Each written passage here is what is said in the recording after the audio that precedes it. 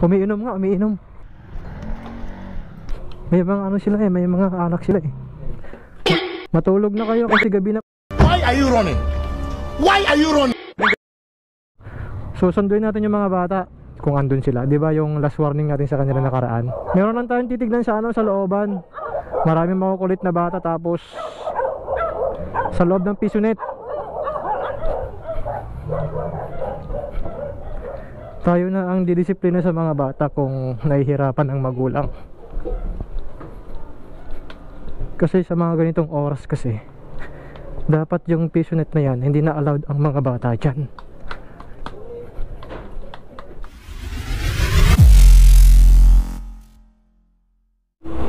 Yan, hello guys, magandang madaling araw sa inyo. Ito nga pala yung aking mga kasama.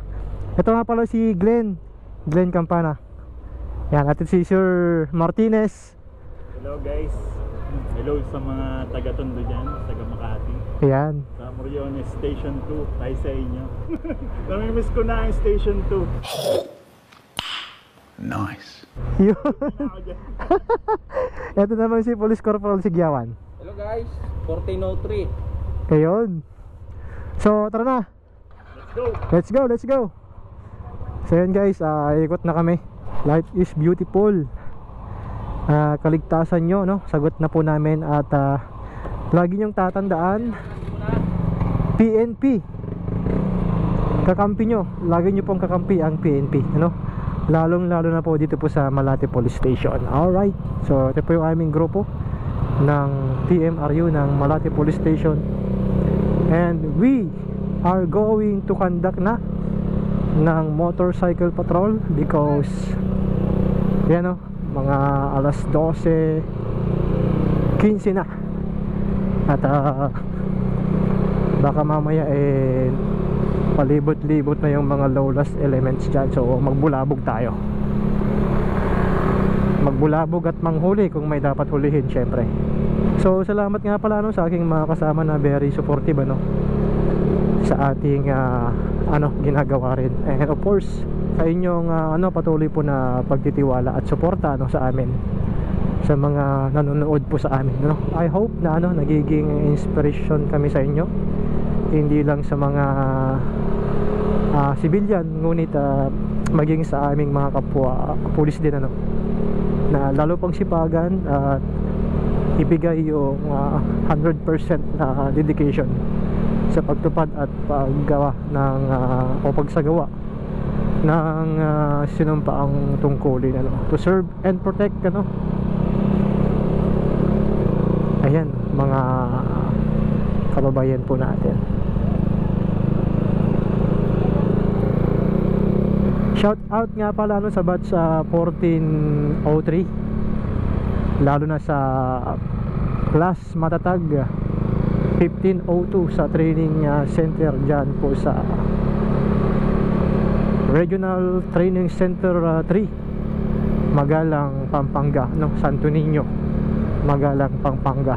Shout out po sa mga naging AI po namin dyan, talaga namang dyan kami natuto ng basic training, yan ang mga naalala ko dyan na naging AI, si Sir Gamboa, Sir Posadas, Sir Martinez, Ma'am Bolanadi. Yan, shout out po. And of course, syempre, shout out din po sa aming very dedicated, approachable and presentable, dependable District Director, Police Brigadier General Andre Perez Dizon, ang District Director po ng Manila Police District. And syempre, gusto ko ring shout out ang aming napakabait na Station Commander, Police Lieutenant Colonel Salvador Bitangdol. And of course pala, wag natin kakalimutan syempre ang aming Deputy Station Commander, Police Major Salvador F. Inigo. Yan, siya yung madalas namin kasama na umiikot sa madaling araw. Yan, dito tayo sa Arellano Avenue.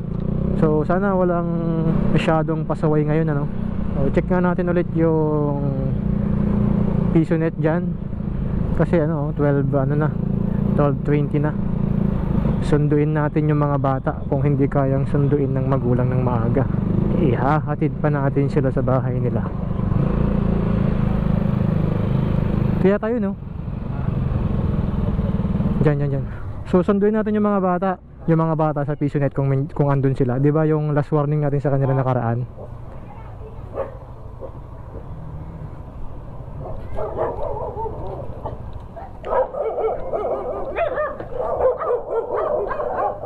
Meron lang tayong titignan sa sa looban. Yung madalas na nirereklamo na maraming makukulit na bata tapos sa loob ng PisoNet.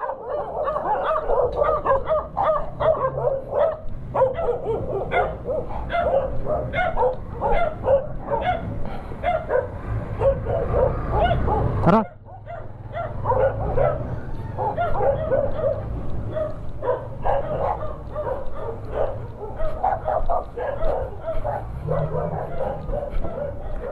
Tayo na ang didisiplina sa mga bata kung nahihirapan ang magulang. Kasi sa mga ganitong oras kasi, dapat yung PisoNet na yan, hindi na allowed ang mga bata dyan.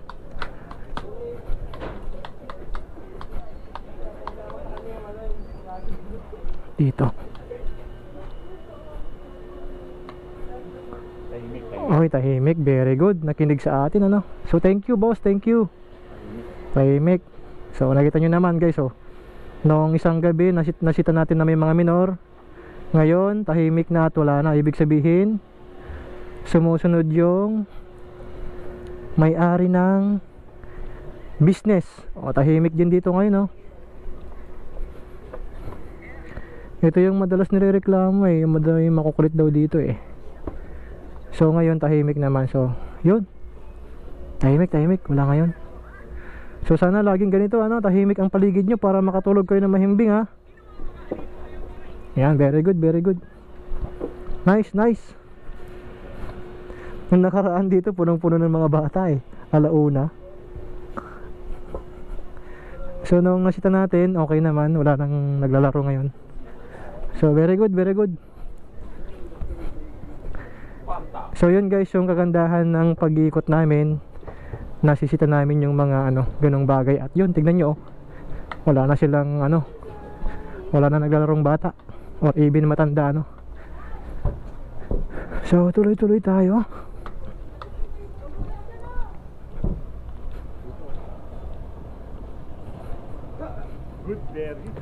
Very good. Alright guys, tuloy-tuloy tayo So dito sa Arellano Avenue, natural na maraming tao rito dahil nga may palengke doon, may talipapa. Maraming bukas na kainan dito Yan, tapat lang naman ng bahay nila. So lagi lang namin itong gagawin guys, paninita. And naniniwala po kami na merong mababago dito sa area na to. Yung pagsita namin sa mga tumatambay sa madaling araw ay malaking bagay po yun para matakot tumambay yung mga gustong gumawa ng masama sa paligid natin katulad ng mga magnanakaw mga holdapper dyan na taali-aligid para paikot-ikot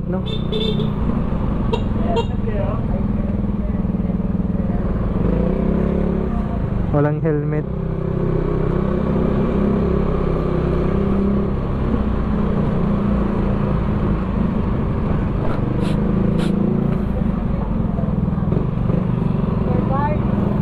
May mga bumabati sa atin guys.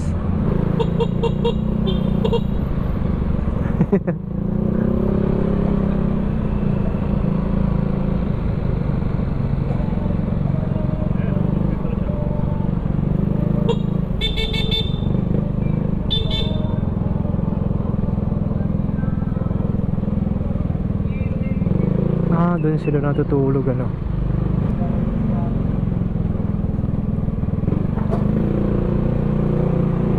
Oh, ba't sila umaalis?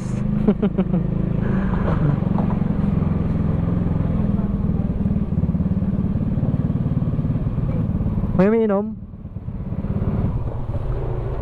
Umiinom nga, umiinom. May mga sila may mga alak sila Ang bilis nila. Nawala.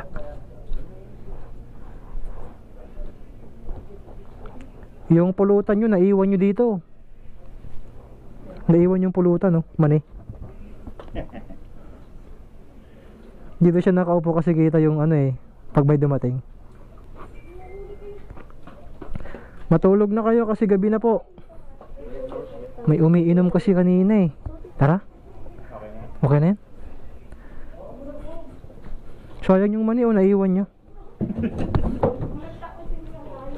Sayang yung mani oh.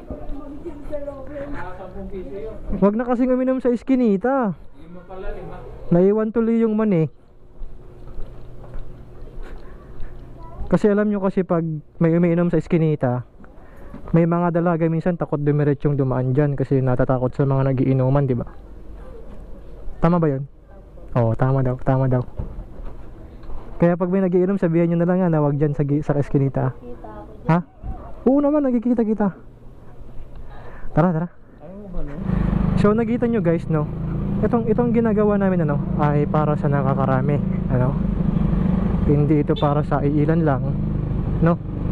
Ito ay para sa nakakarami na gusto ng tahimik na paligid, no?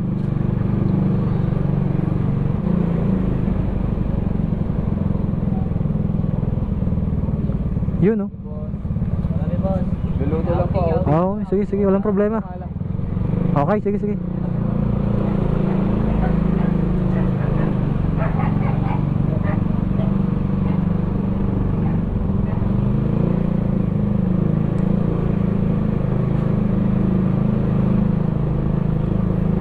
So yun, tahimik naman dito guys, ano.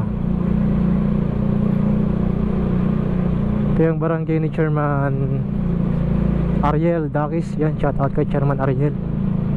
Yan, tahimik yung kanyang barangay.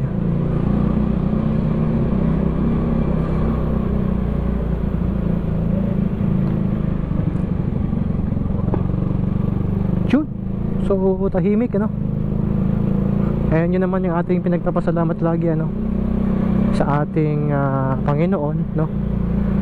At mayroon kaming area na masasabi nating isa sa pinaka tahimik. Although syempre may mga nasisita pa rin na nagiinuman, pero normal lang naman talaga yan sa isang komunidad na may mga nagiinom. Yun nga lang, hindi sila sa tamang lugar, wala sila sa tamang lugar kung saan dapat umiinom, ano.